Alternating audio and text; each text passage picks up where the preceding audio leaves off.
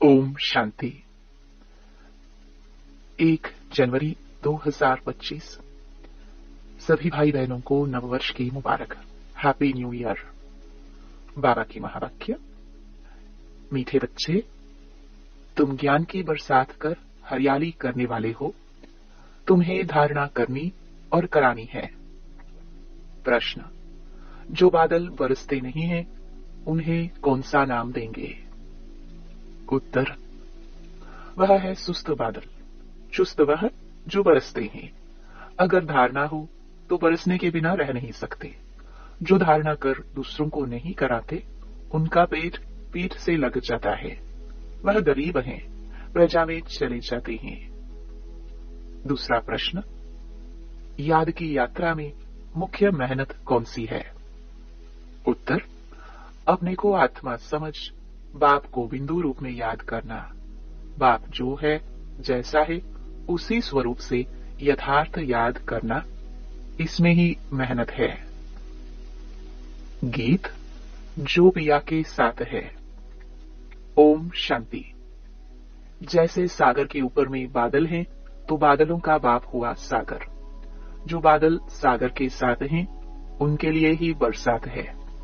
वह बादल भी पानी भरकर फिर बरसते हैं। तुम भी सागर के पास आते हो भरने के लिए।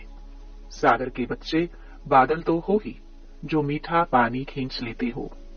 अब बादल भी अनेक प्रकार के होते हैं। कोई खूब जोर से बरसते हैं, बाढ़ कर देते हैं। कोई कम बरसते हैं। तुम्हारे में भी ऐसे नंबरवार है जो खूब जोर से बरसते हैं। उनका नाम भी गाया जाता है। जैसे वर्षा बहुत होती है तो मनुष्य खुश होते हैं, यह भी ऐसे है। जो अच्छा बरसते हैं, उनकी महिमा होती है। जो नहीं बरसते हैं, उनकी दिल जैसे सुस्त हो जाती है। पेट भरेगा नहीं। पूरी रीति धारणा न होने से पेट जाकर पीठ से लगता है। फैमिन होता है तो मनुष्यों का पेट पीठ से लग जाता है। यहाँ भी धारणा कर और धारणा नहीं कराते हैं तो पेट जाकर पीठ से लगेगा। खूब बरसने वाले जाकर राजा रानी बनेंगे और वह गरीबों का पेट पीठ से रहता है। तो बच्चों को धारणा बड़ी अच्छी करनी चाहिए। इसमें भी आत्मा और परमात्मा का ज्ञान कितना सहज है, तुम अब समझते हो। हमारी में आत्मा और परमात्मा दोनों का ज्ञान नहीं था, तो पेट पीठ से लग गया ना। मुख्य है ही आत्मा और परमात्मा की बात। मनुष्य आत्मा को ही नहीं जानते हैं, तो परमात्मा को फिर कैसे जान सकेंगे? कितने बड़े विद्वान पंडित आदि हैं, कोई भी आत्मा को नहीं जानते। अब तुमको मालूम हुआ है कि आत्मा अविनाशी है। उसमें 84 जन्मों का अविनाशी पाठ नूंधा हुआ है, जो चलता रहता है। आत्मा अविनाशी तो पाठ भी अविनाशी है। आत्मा कैसा ऑलराउंड पाठ बजाती है, यह किसको पता नहीं है। वह तो आत्मा सुपरमात्मा कह देते हैं। तुम बच्चों को आदि से लेकर अंत तक पूरा ज्ञान है। वह तो ड्रामा की आयु ही लाखों वर्ष कह देते। अभी तुमको सारा ज्ञान मिला है। तुम जानते हो, इस बाप के रचे हुए ज्ञान यज्ञ में ये सारी दुनिया स्वाहा होनी है। इसलिए बाप कहते हैं, देह सहित जो कुछ भी है, ये सब भूल जाओ। अपने को आत्मा समझो। बाप को और शांति धाम स्वीट होम को याद करो। यह तो है ही दुख धाम। तुम्हारे में भी नंबरवार पुरुषार्थ अनुसार समझा सकते हैं। अभी तुम ज्ञान से तो भरपूर हो। बाकी सारी मेहनत है याद में। जन्म जन्मांतर का देह अभिमान मिटाकर देही अभिमानी बने, इसमें बड़ी मेहनत है। कहना तो बड़ा सहज है, परंतु अपने को आत्मा समझे और बाप को भी बिंदु रूप में याद करे, इसमें मेहनत है। बाप कहते हैं, मैं जो हूँ, जैसा हूँ, ऐसा कोई मुश्किल याद कर सकते हैं। जैसे बाप वैसे बच्चे होते हैं ना। अपने को जाना तो बाप को भी जान जाएंगे। तुम जानते हो, पढ़ाने वाला तो एक ही बाप है, पढ़ने वाले बहुत हैं। बाप राजधानी कैसे स्थापन करते हैं, वह तुम बच्चे ही जानते हो। बाकी यह शास्त्र आदि सब है भक्ति मार्ग की सामग्री। समझाने के लिए हमको कहना पड़ता है। बाकी इसमें गणना की कोई बात नहीं है। शास्त्रों में भी ब्रह्मा का दिन और रात कहते हैं, परंतु समझते नहीं। रात और दिन आधा आधा होता है। सीढ़ी पर कितना सहज समझाया जाता है। मनुष्य समझते हैं कि भगवान तो बड़ा समर्थ है, वह जो चाहे सो कर सकते हैं, लेकिन बाबा कहते मैं भी ड्रामा के बंधन में बंधा हुआ हूँ। भारत पर तो कितनी आफतें आती रहती हैं, फिर मैं घड़ी घड़ी आता हूँ क्या? मेरे पाठ की लिमिट है। जब पूरा दुख होता जाता है तब मैं अपने समय पर आता हूँ। 1 सेकंड का भी फर्क नहीं पड़ता है। ड्रामा में हर एक का एक्यूरेट पार्ट नोंधा हुआ है। यह है हाईएस्ट बाप की रीइंकार्नेशन। फिर नंबरवार सब आते हैं, कम ताकत वाले। तुम बच्चों को अभी बाप से नॉलेज मिली है, जो तुम विश्व के मालिक बनते हो। तुम्हारे में फुल फोर्स की ताकत आती है। पुरुषार्थ कर तुम तमो प्रधान से सतो प्रधान बनते हो। औरों का तो पाठ ही नहीं है। मुख्य है ड्रामा, जिसकी नॉलेज तुमको अभी मिलती है। बाकी तो सब है मटेरियल, क्योंकि वह इन आंखों से देखा जाता है। वंडर ऑफ द वर्ल्ड तो बाबा है, जो फिर रचते भी स्वर्ग है, जिसको हेवन पैराडाइज कहते हैं। उनकी कितनी महिमा है। बाप और बाप के रचना की बड़ी महिमा है। ऊंचते ऊंच है भगवान, ऊंचते ऊंच स्वर्ग की स्थापना बाप कैसे करते हैं, यह कोई भी कुछ भी नहीं जानते हैं। तुम मीठे मीठे बच्चे भी नंबरवार पुरुषार्थ अनुसार जानते हो, और उस अनुसार ही पद पाते हो। जिसने पुरुषार्थ किया वह ड्रामानुसार ही करते हैं। पुरुषार्थ बिगड़ तो कुछ मिल ना सके। कर्म बिगड़ 1 सेकंड भी रह नहीं सकते। वह हठ योगी प्राणायाम चढ़ा लेते हैं, जैसे जड़ बन जाते हैं, अंदर पड़े रहते हैं। ऊपर मिट्टी जम जाती है, मिट्टी के ऊपर पानी पड़ने से घास जम जाती है, परंतु इसमें कुछ फायदा नहीं। कितना दिन ऐसे बैठे रहेंगे? कर्म तो जरूर करना ही है। कर्म सन्यासी कोई बन न सके। हाँ, सिर्फ खाना आदि नहीं बनाते हैं, इसलिए उनको कर्म सन्यासी कह देते हैं। यह भी उन्हों का ड्रामा में पार्ट है। यह निवृत्ति मार्ग वाले भी नहीं होते तो भारत की क्या हालत हो जाती। भारत नंबर 1 प्योर था। बाप पहले पहले प्योरिटी स्थापन करते हैं, जो फिर आधा कल्प चलती है। बरोबर सत्युग में एक धर्म एक राज्य था, फिर डेटी राज्य अब फिर से स्थापन हो रहा है। ऐसे अच्छे अच्छे स्लोगन बनाकर मनुष्यों को सुजाग करना चाहिए। फिर से डेटी राज्य भाग्य आकर लो। अभी तुम कितना अच्छी रीति समझते हो। श्री कृष्ण को श्याम सुंदर क्यों कहते हैं, यह भी अभी तुम जानते हो। आजकल तो बहुत ही ऐसे ऐसे नाम रख देते हैं। श्री कृष्ण से कंपटीशन करते हैं। तुम बच्चे जानते हो पतित राजाएं कैसे पावन राजाओं के आगे जाकर माथा टेकते हैं, परंतु जानते थोड़ी ही हैं।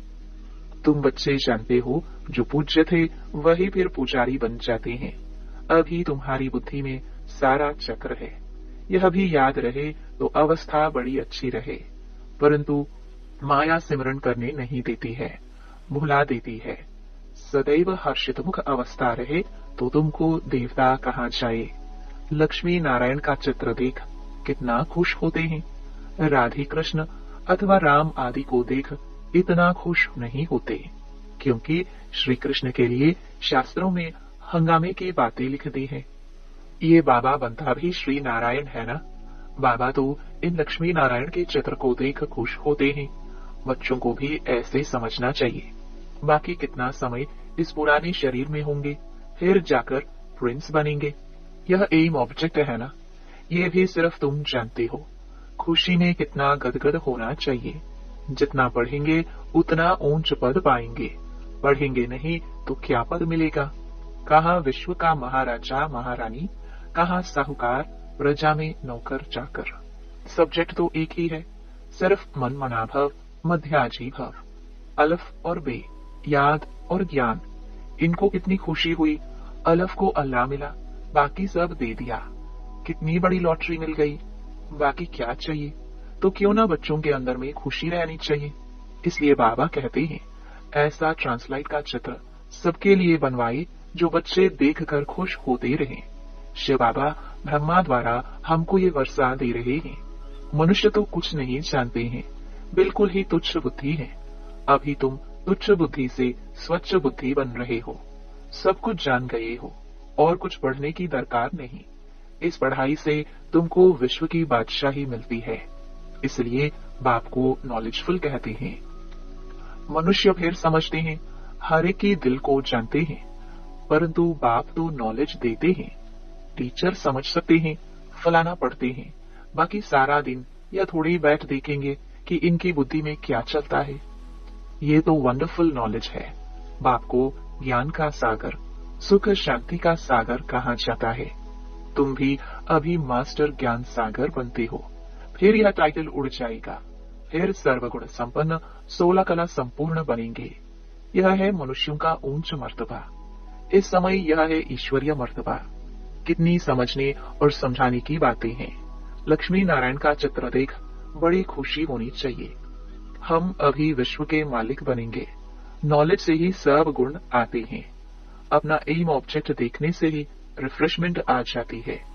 इसलिए बाबा कहते हैं, ये लक्ष्मी नारायण का चित्र तो हर एक के पास होना चाहिए। ये चित्र दिल में प्यार बढ़ाता है, दिल में आता है बस यह मृत्यु लोक में लास्ट जन्म है, फिर हम अमर लोक में ये जाकर बनूंगा तत्वम। ऐसे नहीं कि आत्मा सु परमात्मा, नहीं, ये ज्ञान सारा बुद्धि में बैठा हुआ हो। जब भी किसको समझाते हो, बोलो हम कभी भी कोई से भीख नहीं मांगते।